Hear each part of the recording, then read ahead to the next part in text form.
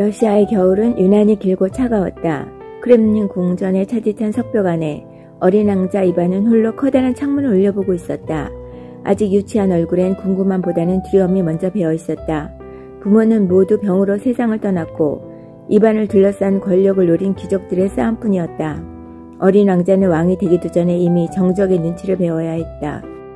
무도회가 열리는 날에도 그에겐 초대장이 없었다. 환하게 웃는 궁정 사람들 뒤편에서 그는 복도 기둥에 숨어 조용히 지켜봤다. 칼끝처럼 낯선 궁중의 분위기, 부드러운 말 속에 감춰진 독. 이반은 너무 일찍이 세상의 잔인함을 알게 되었다. 그날부터 그는 결심했다. 눈송이가 유리창 너머로 흩날릴 때마다 차가운 겨울은 이반의 마음속에도 천천히 쌓이고 있었다. 16살의 이반은 짙은 다목빛 예복을 입고 크렘린 대성당의 제단 앞에 섰다. 수백 개의 초가 흔들리고 인파의 시선이 그 어린 어깨 위로 쏟아졌다. 사제는 천천히 말을 이었다. 이제 러시아 전토의 유일한 차르를 맞이하노라. 그 순간 황금 왕관이 이반이 머리 위에 얹어졌다. 즉위 후 처음 내린 명령은 궁정 내부의 대청소였다. 몇몇 귀족이 사라졌고 몇몇은 이유 없이 자천되었다. 차르께서는 소문이 무서우시군요. 누군가 조롱하듯 속삭였다. 이반은 아무 대답도 하지 않았다. 단지 창문을 열고 날카로운 겨울바람을 그대로 들여보냈다. 바람처럼 쓸어내릴 거야. 하나도 남기지 않고. 왕관은 그에게 힘을 주었지만 동시에 그를 더욱 외롭게 만들고 있었다. 궁정 무도회에서 그녀는 조용히 나타났다.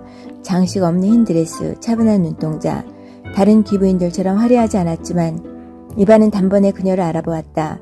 시끄러운 연회장 속에서 오직 그녀만이 그에게 눈을 마주치고 미소를 지었다. 왜 날 두려워하지 않지? 이반이 조용히 물었다. 당신 눈 속엔 외로움이 보여요. 무서워할 이유는 없어요. 아나스타시아의 대답은 담담했다. 그리고 그 순간 이반의 가슴 어딘가에 오래전부터 얼어붙은 무언가가 미세하게 흔들렸다. 두 사람은 매일 새벽 정원을 거닐며 이야기를 나눴다. 권력 이야기도 복수도 없었다. 오직 인간 이반으로 돌아갈 수 있는 시간. 그는 점점 웃기 시작했고 사람들은 믿을 수 없다는 듯 속삭였다. 차르가 웃었다고?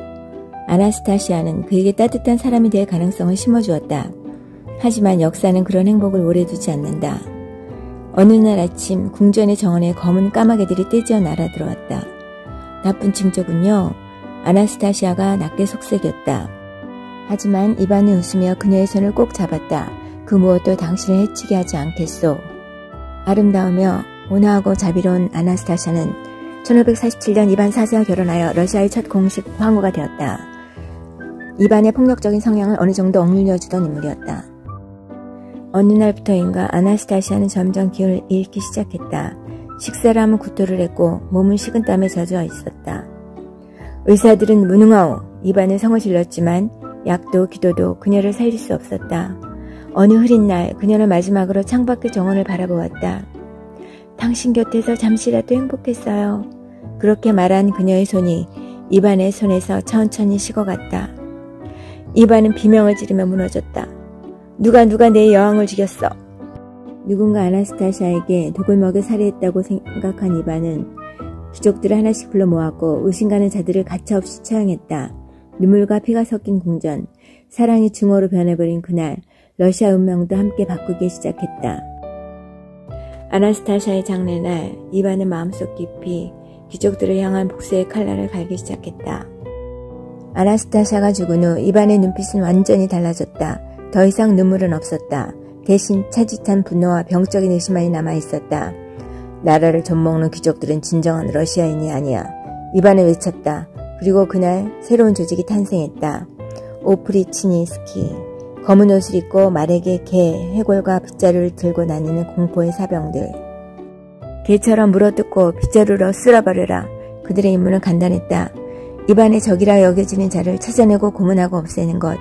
밤이면 크렘린의 지하에서는 비명이 터졌고 낮이면 광장에서 시체가 흔들렸다. 누가 다음 차례가 될지 아무도 몰랐다. 심지어 친구조차 서로를 의심했다. 이반은 말한다. 공포는 충성보다 강하다. 그렇게 그는 왕이 아니라 신처럼 군림하기 시작했다. 나는 차르다. 러시아의 유일한 차르. 하늘 아래 나보다 높은 존재는 없다. 이반의 음성은 낮았지만 온 방을 짓눌렀다. 사제들은 고개를 숙였고 귀족들은 숨을 죽였다. 그는 더 이상 사람을 통치하는 자가 아니었다. 스스로를 신의 그림자, 신의 분하라 불렀다. 교회도 왕의 권위 안에 굴복했다. 이제부터 성직자 임명도 나의 손으로 이루어질 것이다. 신의 대리인을 자처한 그는 신을 자신의 편으로 끌어들였다. 크렘린 궁전은 성전이 되었고 그의 방은 성소였다. 벽엔 성화 대신 입안에 초상이 걸렸고 촛불 앞에서 사람들이 무릎을 꿇었다. 신이 아니라면 어찌 이 모든 것을 이루었겠는가. 그러나 가장 무서운 건 이반 자신이 그 말을 믿고 있었다는 것이었다. 그의 눈동자엔 더 이상 인간의 흔들림이 없었다. 신이 되길 원한 한 인간은 점점 괴물이 되어가고 있었다. 크렘린 궁안 차가운 겨울밤 이반의 아들이 왕세자 복장을 한 채 방으로 들어섰다. 왜 또 전쟁을 멈추지 않으십니까? 백성들은 굶주립니다. 젊은 왕자는 아버지의 폭정에 맞서려 했다. 감히 나에게 대드는 것이냐? 이반의 눈이 번뜩였다. 아들 뒤에는 임신한 며느리가 조용히 서 있었다. 전하, 아이를 낳기 전까지는 그녀의 말이 끝나기도 전에 이반은 철봉을 들었다. 며느리는 쓰러졌고 왕세자는 격노하며 아버지를 밀쳐냈다. 그 순간이었다. 이반은 손에 들고 있던 지팡이로 아들의 간자놀이를 내리쳤다. 아버지! 피가 흐르며 왕자의 무릎이 꺾였다. 이반은 그 자리에서 얼어붙었다. 피범벅이 된 아들을 품에 안고 괴성과 함께 울부짖었다. 내 아들아, 내 피, 내 희망이었는데. 며칠 뒤 왕세자는 숨을 거두었다. 이반은 그의 관 앞에서 멍하니 앉아 아무 말도 하지 못했다. 강력했던 황제는 그날 이후 완전히 무너졌다. 왕자는 남았지만 그의 앉을 영혼은 사라져 있었다. 크렘린의 회랑은 오늘도 조용했다. 아니 죽은 듯했다. 왕세자의 장례 후 이반은 어느 누구도 가까이 두지 않았다. 신하들은 그가 웃는 대신 중얼거리는 기도문과 자기 자신과의 대화만 한다고 했다. 내가 죽은 게 누구였더라? 귀족인가? 농부인가? 아들인가? 그의 손에는 항상 성경책이 들려있었지만 페이지는 넘기지 못했다. 피 묻은 손이 종이를 찢을까 두려워서였다. 크렘린 안에는 여전히 잔혹한 명령이 떨어졌다.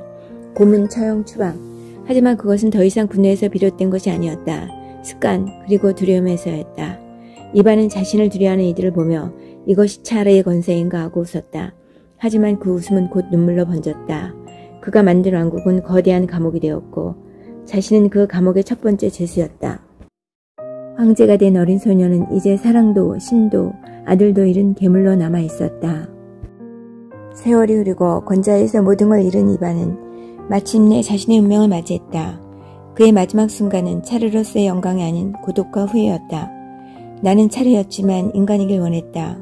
그는 혼잣말처럼 중얼거렸다. 그러나 그의 마음은 이미 너무 많은 것을 잃어버렸다. 그의 죽음은 러시아의 한 시대의 끝을 알렸지만 그가 남긴 교훈은 수백 년 동안 울려 퍼졌다. 권력은 인간을 변화시키고 광기는 그를 파멸로 이끈다. 권위를 위해 사랑과 신뢰를 버린 자는 결국 자신마저 잃게 된다. 역사 속 이반 황제는 한편으로는 위대한 군주, 다른 한편으로는 무서운 폭군으로 기억된다. 그의 삶은 우리에게 묻는다. 진정한 권력은 무엇인가? 이반 뇌지의 죽음 이후 러시아는 여전히 혼란의 한가운데 있었다. 권력의 공백 속에서 새로운 왕들이 교체되고 귀족들 사이에는 끝없는 암투가 벌어졌다.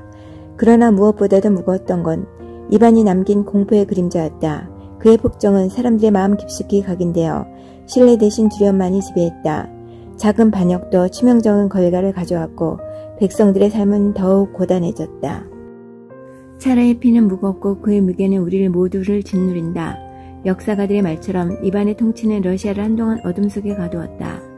시간이 흐르며 러시아는 천천히 회복되기 시작했다. 새로운 지도자들은 이반의 폭정을 되풀이하지 않으려고 노력했고 백성들은 다시 희망을 품기 시작했다. 하지만 이반 뇌제의 이야기는 단순한 왕의 전설이 아니다. 그것은 권력의 위험성과 인간 본성에 대한 깊은 교훈이다. 광기와 두려움이 권력을 지배할 때 진정한 리더십은 사라진다. 우리는 기억해야 한다. 권력은 책임과 사랑을 바탕으로 할 때만 빛난다는 것을. 그리고 아무리 강력한 왕이라도 인간다움을 잃으면 결국 스스로를 파괴하게 된다는 것을. 여기까지 사랑하는 여인을 잃고 절망과 고통 속에 공포정치로 자신을 불태운 러시아의 뇌제 이반 황제 이야기였습니다. 들어주셔서 감사합니다.